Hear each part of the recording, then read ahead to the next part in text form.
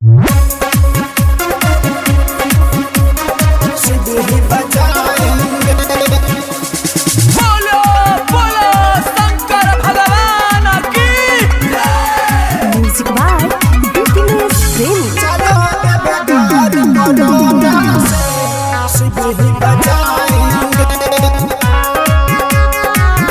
Recording studio Rupauli Purnia Bihar.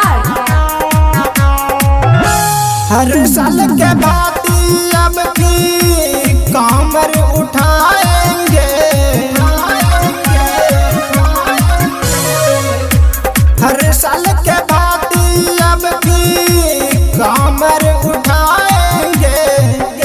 चलो देव घर corona से शिव ही बचाएंगे, चलो देव घर कोरोना से शिव ही बचाएंगे।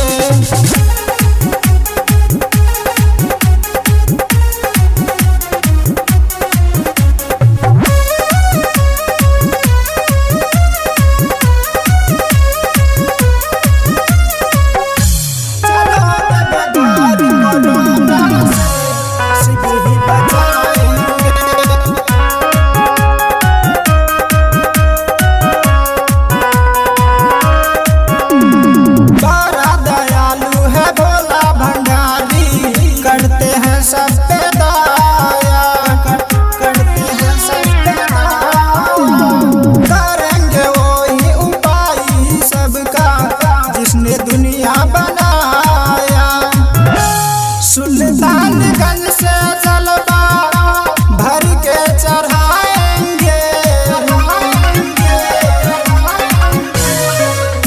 सुल्तानगंज से जलवा भर के चढ़ाएंगे।